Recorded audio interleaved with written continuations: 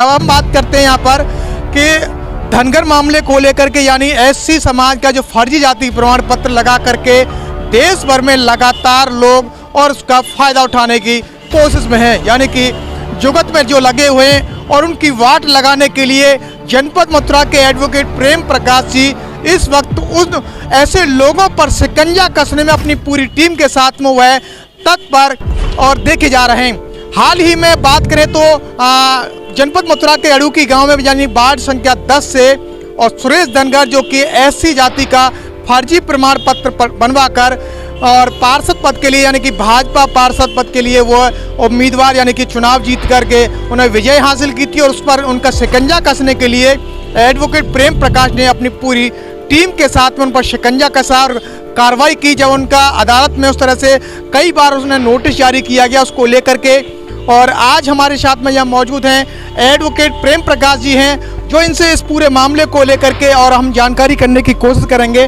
Sir सबसे पहले स्वागत है सर। धन्यवाद सर। वार्ड नंबर 10 यानी कि अड़ूकी गांव में जिस तरह से पार्षद पद के लिए एससी जाति का फर्जी प्रमाण पत्र बनवाकर एक सुरेश धनगर नाम के शख्स ने और उस तरह से विजयी हासिल की, और इसमें आपने देखा गया कि अदालत ने मथुरा की जो अदालत है उसको सुरेश धनगर को भगोड़ा घोषित कर दिया। क्या कहेंगे सर इस पूरे मामले पर? दरअसल ये सुरेश जो है ओबीसी जाति का पाल बघेल गढ़िया जाति जो होती है, जो केंद्रीय सूची में 19 और राज्य सूची में 19 और केंद्रीय सूची में 14 नंबर पर दर्ज है, उस जाति से बिलोंग करता है। और इसने जो है क्रमांक 27 पर दर्ज जाति धांगर जो सोनभद्र में पाई जाती है, उस जाति का नाम लेकर धनगर लिखवाकर असंवैधानिक तरीके से एससी का प्रमाण पत्र प्राप्त किया गाजियाबाद से, जबकि रहने वाला मथुरा का है। और उसी आधार पर इसने वर्ष 2017 में सुरक्षित सीट पार्षद पर नामांकन किया और उस नामांकन के खिलाफ प्रतिद्वंदी सत्यनारायण जो मेरे साथ ही मौजूद हैं, सत्यनारायण ने चुनाव याचिका दाखिल कराई इसके खिलाफ। चुनाव याचिका संख्या 4 सन 2017। इस पर तमाम प्रक्रिया पूरी होने के बाद 25 नवंबर 2019 को उसका निर्वाचन माननीय न्यायालय एडीजे 8 श्री राम प्रकाश पांडे जी द्वारा शून्य घोषित किया गया और सत्यनारायण को विजेता घोषित किया गया। उसी आधार पर एसएसपी के आदेश से उसके खिलाफ मुकदमा दर्ज हुआ थाना हाईवे में अपराध संख्या 444 सन 2018 धारा 20 और विवेचना के दौरान धारा 420 के अलावा 467, 468, 471 की बढ़ोतरी की गई और उसमें जो है आरोप पत्र दाखिल किया गया। मगर मथुरा पुलिस ने उसमें SC/ST एक्ट की बढ़ोतरी नहीं की। उसके खिलाफ फिर हमें SC/ST कमीशन नई दिल्ली में उसकी शिकायत करनी पड़ी और अग्रिम विवेचना में SC/ST एक्ट की बढ़ोतरी हुई। वर्ष 2019 से ही उसके खिलाफ NUW चल रहे थे और वो जानबूझकर हाजिर नहीं हो रहा था। उसी व्याप पर उसके खिलाफ 2 तारीख पहले दिसंबर में उसके खिलाफ 82 की कार्रवाई अमल में लाई गई, लेकिन किन्हीं कारणों से वो कार्रवाई पूरी नहीं हो पाई। इस वजह से अभी जो है 2 तारीख को दोबारा से उसके खिलाफ NUW और 82 की कार्रवाई प्रोसेस में लाई गई है। जैसे देखा गया कि अभी तक उसकी गिरफ्तारी नहीं हुई, क्या मानेंगे पुलिस गिरफ्तार नहीं करी है या सत्ता के संरक्षण में उसकी गिरफ्तारी जानबूझकर नहीं की जा रही है? क्या कहेंगे? दोनों ही बातें हैं। सत्ता का संरक्षण तो इसलिए कि वो बीजेपी से था और सत्यनारायण ने दूसरी पार्टी से नामांकन किया था।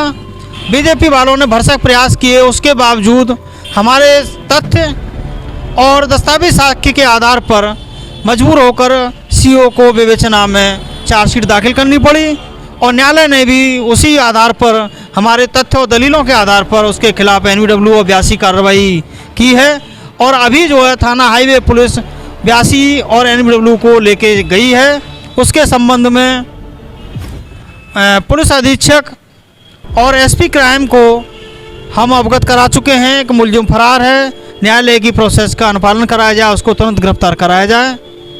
क्या लग रहा है अब उसकी गिरफ्तारी हो सकेगी? क्या बीजेपी उसे बचाने में कारगर हो सकती है?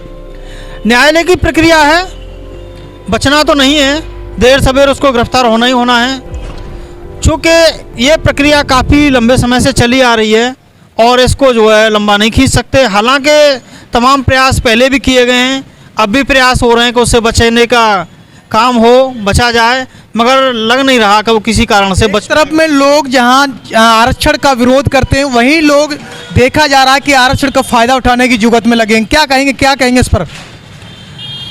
लोग लालच में अपनी जाति बदलकर, अपना वर्ग बदलकर एससी के हक अधिकारों को छीनना चाह रहे हैं और उसके लिए तमाम ऐसे प्रयास किए गए हैं।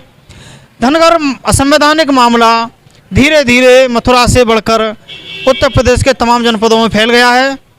इस मामले में सत्यनारायण के अलावा थाना हाईवे में जो मुकदमा दर्ज हुआ है, थाना जैत में भी बाटी गांव का जो प्रधान है संजय बघेल, उसके खिलाफ भी धारा 420, 468, 471, 325 SC/ST एक्ट में न्यायालय के आदेश से मुकदमा दर्ज हुआ है। उसका जाति प्रमाण पत्र भी गाजियाबाद का निकला और वो एक बार निरस्त हो चुका है। उसके खिलाफ उसने हाई कोर्ट से दोबारा सुनवाई के लिए अवसर प्राप्त किया है, लेकिन देर सवेर उसको भी जाना है, जेल भी जाएगा। इसी तरह का एक मामला जनपद फिरोजाबाद की तहसील और ब्लॉक सिकोहाबाद में था, गांव वासुदेव मई। वहाँ पर विक्रम सिंह बघेल था, उसके खिलाफ नीरज धनराज की तरफ से चुनावी याचिका दाखिल की गई। जिलाधिकारी महोदय ने उसे पद से हटाया और वहाँ पर नया चुनाव कराया। नए चुनाव में नीरज धनराज जो शेड्यूल कास्ट का था, जिसने चुनावी याचिका दाखिल की थी, वो प्रधान बना हुआ है। इस समय 4-5 महीने से वो प्रधान पद पर कार्यरत हैं। जिस तरह से वार्ड संख्या 10 से सुरेश धनगर को अदालत ने भगोड़ा घोषित की है, क्या लग रहा है कब तक उसकी गिरफ्तारी हो सकती है? ये बात तो सही मायने में पुलिस अधिकारी ही बता सकते हैं कब तक गिरफ्तार होगा, मगर निश्चित रूप से उसे देर सवेर गिरफ्तार होना ही होना है और वो जेल जाएगा। इस पूरे मामले में पुलिस की क्या भूमिका रही है? इसमें किस तरह का रवैया रहा था?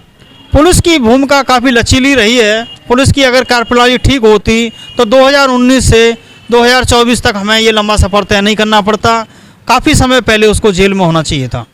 तो देख रहे थे कि देश भर में जहां एससी जाति के फर्जी प्रमाण पत्र बनवाकर लोग जहां फायदा उठाने की जुगत में लगे हैं, तो उनकी वाट लगाने के लिए एडवोकेट प्रेम प्रकाश जी हैं, जो कि पूरे देश भर में इस तरह की उनकी टीम और ऐसे लोगों पर शिकंजा कसने में कार्रवाई कर रही है। बात करें तो यहाँ पूरे देश भर में एससी के फर्जी प्रमाण पत्र को लेकर के लगातार जो लोग फायदा उठा रहे हैं, उन पर शिकंजा कसा जा रहा है। एक तरफ जहाँ लोग आरक्षण का विरोध करते हैं, तो वहीं दूसरी तरफ में लोग इसका फायदा भी उठा रहे हैं। बने रहिए आप हमारे साथ में। अगर आप हमें यूट्यूब चैनल पर देख रहे हैं तो यूट्यूब चैनल को सब्सक्राइब करें, फेसबुक पर देख रहे हैं तो फेसबुक पेज को फॉलो करें। फिर आएंगे नई वीडियो के साथ में, तब तक के लिए जय भीम, जय भारत। इस खबर को देखने के बाद क्या है आपकी राय? नीचे दिए गए कमेंट बॉक्स में दीजिए अपनी राय। ऐसी तमाम बड़ी खबरों को देखने के लिए जुड़े रहिए हमारे साथ। खबर अच्छी लगे तो लाइक कीजिए और शेयर कीजिए, और हाँ, चैनल को सब्सक्राइब कर घंटे वाली बटन को दबाना ना भूलिए। फिर आते हैं आपके बीच कुछ खास खबरों के साथ। तब तक के लिए नमस्कार, जय भीम।